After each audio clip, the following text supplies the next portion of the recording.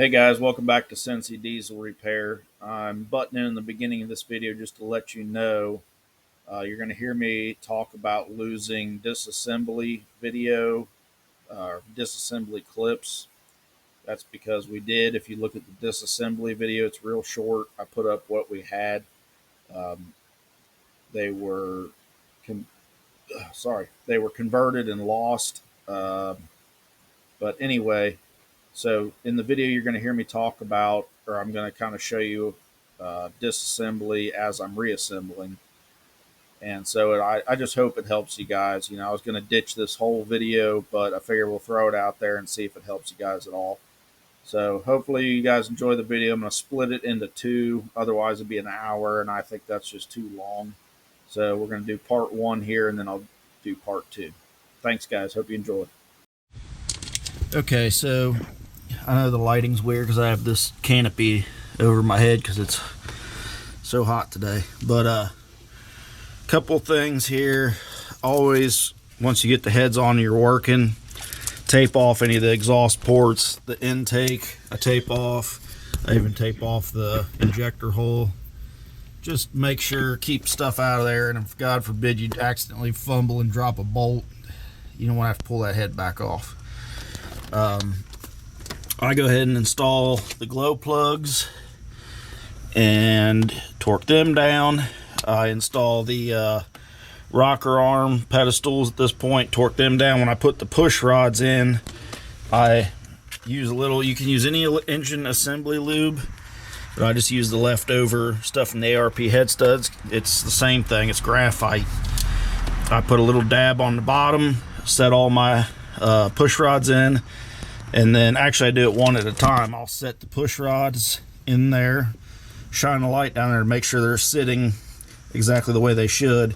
Then I set the rocker assembly, line everything up, torque it down, and then I'll move on to the next push rods, rocker assembly. I do it one at a time because it's kind of tricky to make sure that those push rods are sitting in the right spot. So just take your time. And yes, I do recommend you torque these down. First of all, make sure you rotate the engine over so that these are not under load. There's a process, you can look it up as far as going TDC, blah, blah, blah, but realistically, it's just as fast to just make sure that your push rods are all down. If you're knowledgeable enough, you'll know, because when you go to tighten down the bolts on the rockers, if it's sitting on the lobe of a cam, the rockers, as soon as you set them in place, the rocker arms aren't going to push down all the way. So you need to rotate the engine a little bit till they sit flat, so there's no load on them. And then, you know, I can't go over every torque, but I've had people tell me in the past it's hard to find the torque of these rocker arms, and you do not want to torque these to like the old 6 liters that got 20 foot-pounds. These do not get torqued to 20 foot-pounds. These have a procedure. So there's your pattern, is you're going one in the front. Actually, this is backwards, so let's see, how do they got this sitting? They actually have this sitting the wrong way. So this would be looking at it like they're sitting in there right now, this way. Nope, I'm sorry, this way. So the ones I have sitting on the driver's side right now, you're going to do the one closest to the front, the one to the back, and then the one in the middle. And that's for this side and this side. So front, back, middle, front, back, middle. And the procedure is stage 1, you got to verify that everything, they want you to make sure that the push rods are sitting in the sockets. See if I can get this to look better. Stage 2, tighten them to 35 inch-pounds, then go back 71 inch-pounds, and then finally 115 inch-pounds. And then if any move more than 5 degrees after, repeat stage 5. Honestly, this part, if any move further than 5 degrees after stage 5, just hit it a second time. You know, it's going to do the same thing. So these are inch pounds, not foot pounds. 35, 71, 115, 3 stages. And again, get a good torque wrench. It doesn't have to, you don't have to go out and spend the big money like this one. Borrow it, rent it, just make sure it's calibrated the best you can. Okay. And other than that, I got to put that oil squirter rail on there, and then all the rocker assembly, all that's good. This point, I think I'm just going to keep building up the driver's side, and then we'll switch over, because I got this covered with a good heavy tarp cover, and it's taped off and everything, so I don't want to disturb it. I'm going to continue on this side. Again, everything's just reversal. You know, I got to put the assembly accessories back, bolt it back in, and then make sure the exhaust manifold's on, because if you don't want to set the turbo before the exhaust manifold, or you can't get the heat shield in there, or the bolts tighten. So yeah, let me start putting everything back. If I run into anything else, I will bring you guys back. One more thing I just thought of. Initially when I took these off, I talked about the movement and the rocker arms, which we always talk about on these trucks, and I said maybe they need replaced. After inspecting them close, I do not see anywhere. So at this point, I don't see a reason to replace these. I know they don't sit 100% on the valve stem, but what I've come to find out on these trucks is most of them don't. I mean, they just don't. But I usually can tell, and I'm not going to get that to focus, but there's like a, oh shoot, I don't know what you would call it. Let's see, you might be able to see it a little bit here. See this little spot right here next to the rocker arm? It's like a small indentation. It's like I don't know, 10 thousandths, but you'll see it on both sides. There's marks, or like a spot where it tapers down. On the truck most of you have seen that white, I forget what year it was, 2011 I think it was, dually. The video I did on that, which I keep saying I'll link in the bottom, but I forget. I'll try again. These right here, it's never the short ones, it's the two long ones. You could visibly see right here, and right here, where it had moved so much that there was wear right there. So that's what I look for. I look for the wear marks on the two long ones. I look to see if that little 10 thousandths of a lip is gone, because that can be enough to where it'll start sliding off. But these are not. I mean, they're fine. So I honestly do not see a reason to replace them at this time. We're going to put them back on the truck, and I think they'll be just fine. Alright, so real quick, as I was getting this exhaust gasket out, I remembered I said I would link that kit, the exhaust gasket kit, in the description. I'll forget. So here it is. MAHLE, M-A-H-L-E, HS54886A. Like I said, we got this one from XTP. You can get it many places. And just to prove, can you see that? Ford Moco. Every gasket. It's even got their number. So these are Ford gaskets, guys.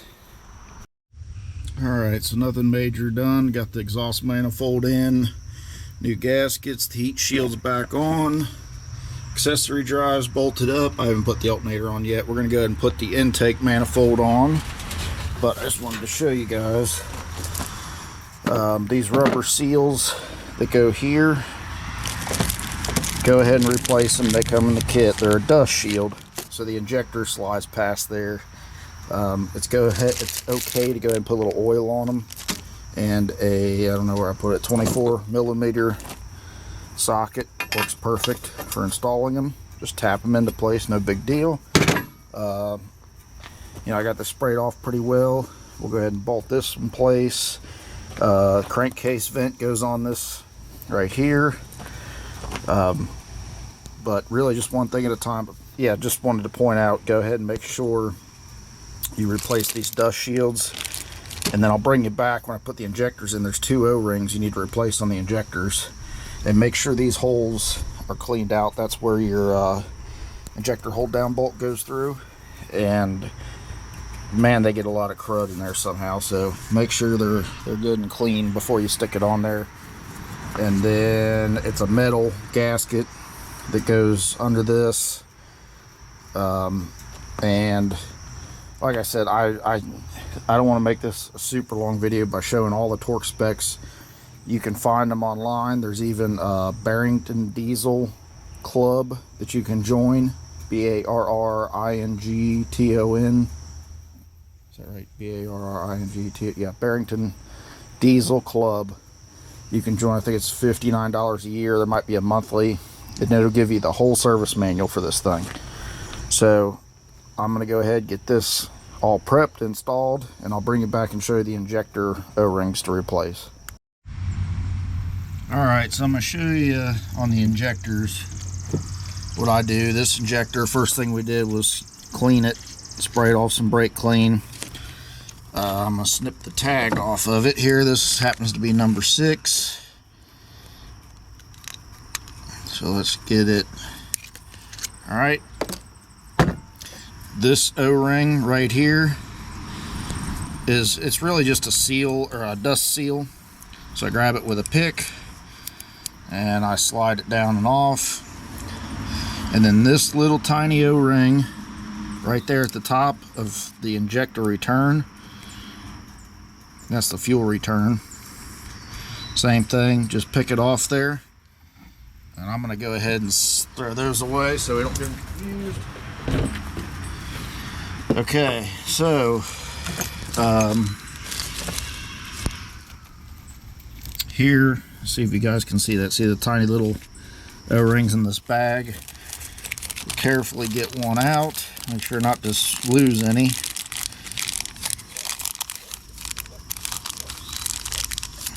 Alright, these are easy. Just snap it right over the lip. No big deal. Make sure this screw's cleaned out real well, where that basically dust seal O-ring sits. So get one of those out of the bag. Alright, then I'll slide it onto the injector right about there. Get my pick under it, not stretch it far, just kind of help guide it, assist it up. Okay, so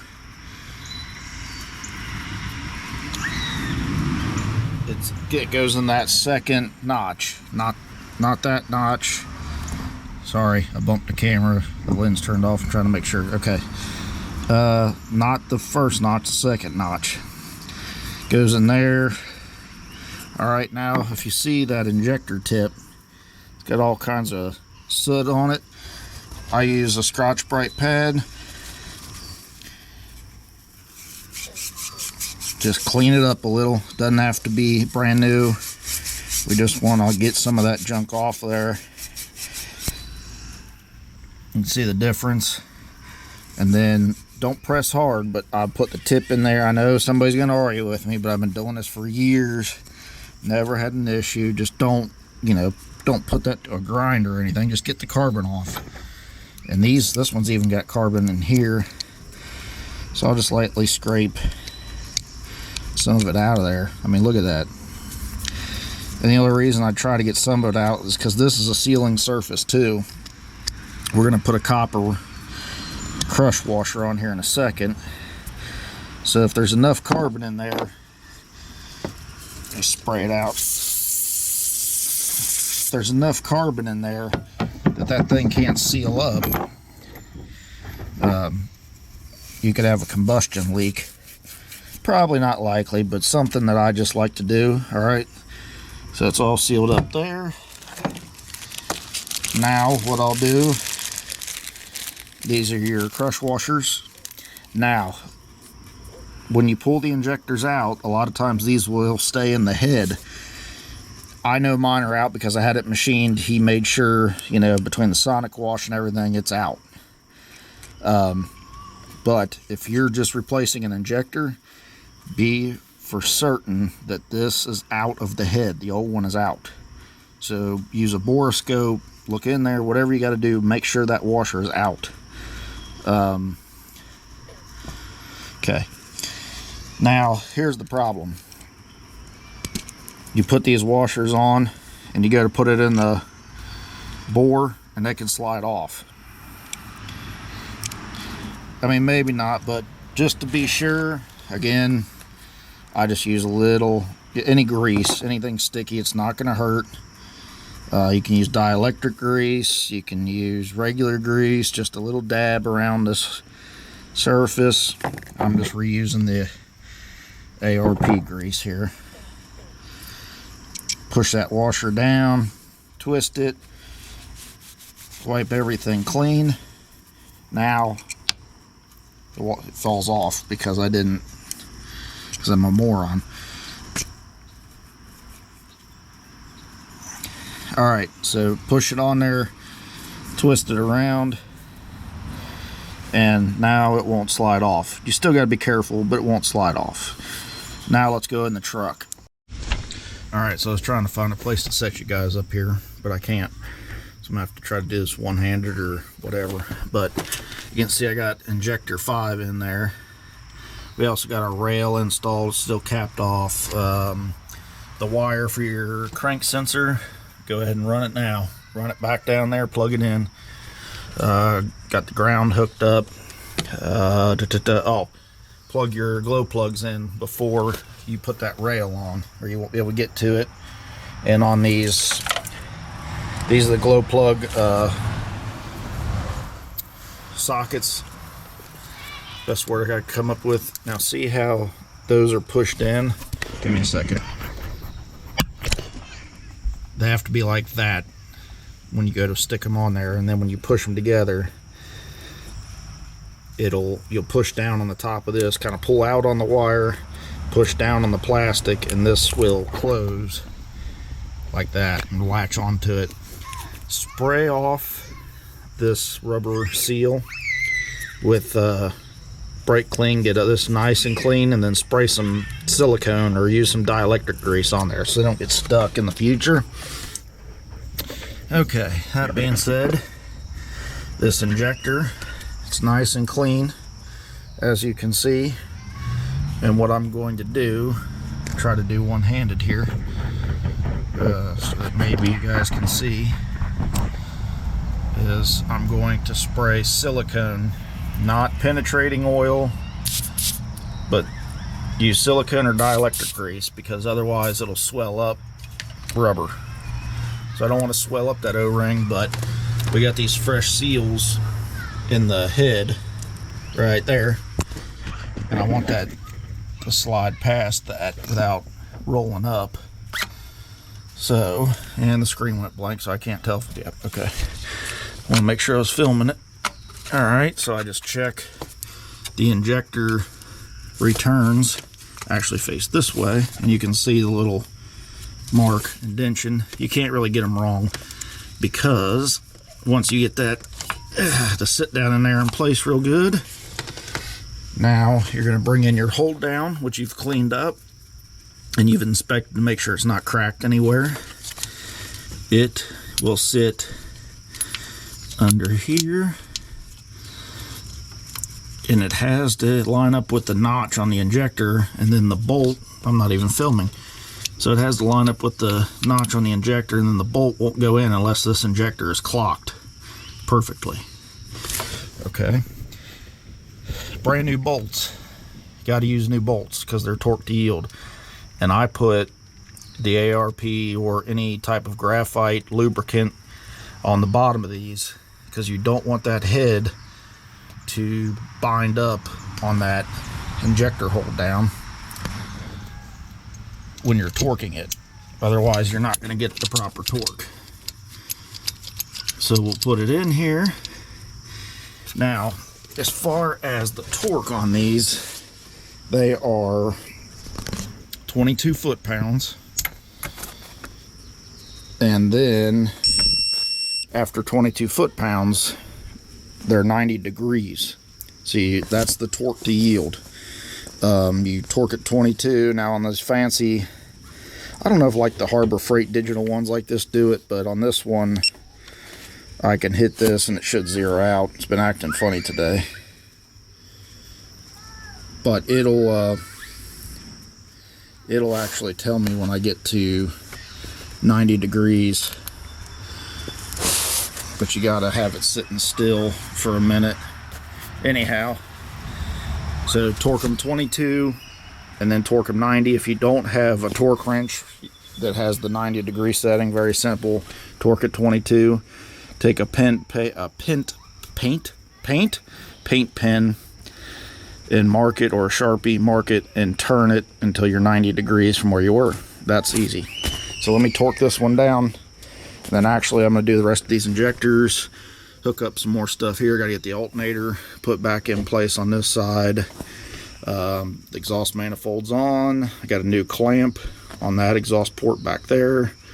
So this side's getting to where I'm going to stop assembling, move to this side, and start getting it to match this. Then we'll put the turbo in. So stay tuned here.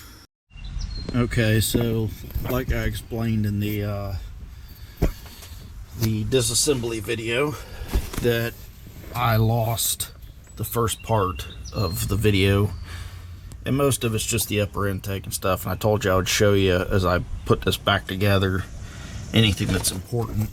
One thing that's important is when you're removing all of this over here, which obviously now I got some fuel lines on. I still got ones capped off where the 3 will come over, but fuel lines are in, injectors are in, the glow plugs are in. So it's time to go ahead and, you know, lay the harness back in place, hook stuff up. The one thing you have to remember when you pull this harness out is the crank sensor wire runs down here. And let me just show you, hoping there's enough light under the truck because I don't have light out here. Driver's side.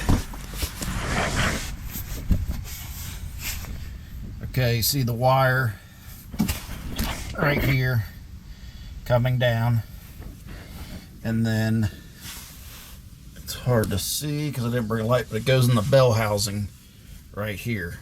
So there's your oil cooler, oil pan. It's right here. You'll see it. There's a rubber plug. You just pull this plug out, and behind there is the connection for the crank sensor. When you're getting it out, take a screwdriver and put it in here and gently pry on the tab, and it'll pop right out. Putting it back in, you just got to take your time. It's kind of hard to see. It's an awkward spot, but it'll snap in. And then actually that's got some little Christmas trees that it goes in. I'll get those in here in a minute. So that's very important to hook that back up, especially why is my screen, there we go, especially before you get too much stuff installed. So I got the exhaust manifold installed on this side. I just got done hooking the water pump, secondary water pump back up, the tensioner underneath there, the smooth tensioner here I had taken off, the alternator, and then yeah, got the serpentine belt on. Like I said, this side's pretty much, that's as far as I want to put it together. Even this injector line number 5 is loose because the 2 off the pump have to come over, and then the one that goes to the other side has to go over, so. But all the rest of them back there are torqued down. I'm getting the clamps positioned where I want them so that I can easily get to them. Actually, there's new clamps for the turbo that come with the kit. I got to put this heat shield on before we put the turbo in, or otherwise you can't get these heat shields in. So I think where I'm at is I'm gonna go ahead and install this heat shield now before I forget. Probably do rocker arms, well, push rods, rocker arms. I still got to put the lifters in. So you can see the camshaft. No, I got the lifter basket in there. Duh, the head's on. I've been in the sun too long today. So yeah, lifters are in. So I need to put push rods, rocker arms. I got 2 more glow plugs to put in these holes up here. And then the valve cover / intake can go on. Then we can put the turbo in. And I know it is on the disassembly video of where those clamps are positioned. That way you can get to them easy. Other than that, once I get the turbo back in and all this back up, then I'll probably start doing a little more recording to make up for where I didn't record. Well, I did, but lost it, deleted it, whatever. But really not. It's getting close. It's getting real close. So let me get the rest of this done, and I'll bring you back. Little update. Obviously, valve cover / intakes on. Rocker assemblies are on and torqued. Injectors are installed and torqued. Can't remember. I got the heat shield on the exhaust manifold. The new clamps are back there. I put anti-seize on all those clamps. Just helps the next guy. One thing I wanted to show you is, here's the turbo, obviously. The turbo is cooled by water and oil. So this is your oil line here, and then this one that goes in the side right there is coolant, and it's got this hose that comes out next. Anyhow, I don't know how well it'll show up. The lighting's weird, but see this aluminum fitting? Can you see all the erosion on it? I don't know if you. Let me see if I can shine a light inside of this housing. There you go. See all that? This truck's on its 3rd turbo. Now, aside from that, all that means is this is not an old turbo. This is a fairly new turbo, and it's got all this corrosion, and the reason is it had green coolant in it. Let's see. I'm not going to say it right, but basically the technology in the green coolant, it doesn't prevent corrosion with aluminum parts. IAH, that's it. So on these trucks, they came originally with orange coolant. It was the same as Dexcool. It's called OAT, OAT, organic acid technology. And then they kind of revised that, and some of the later 6.7s and all of these, they went to the yellow, which is the same thing. Well, it's a little bit of a hybrid. So I'm going to show you later why I'm going to switch the coolant to what I do.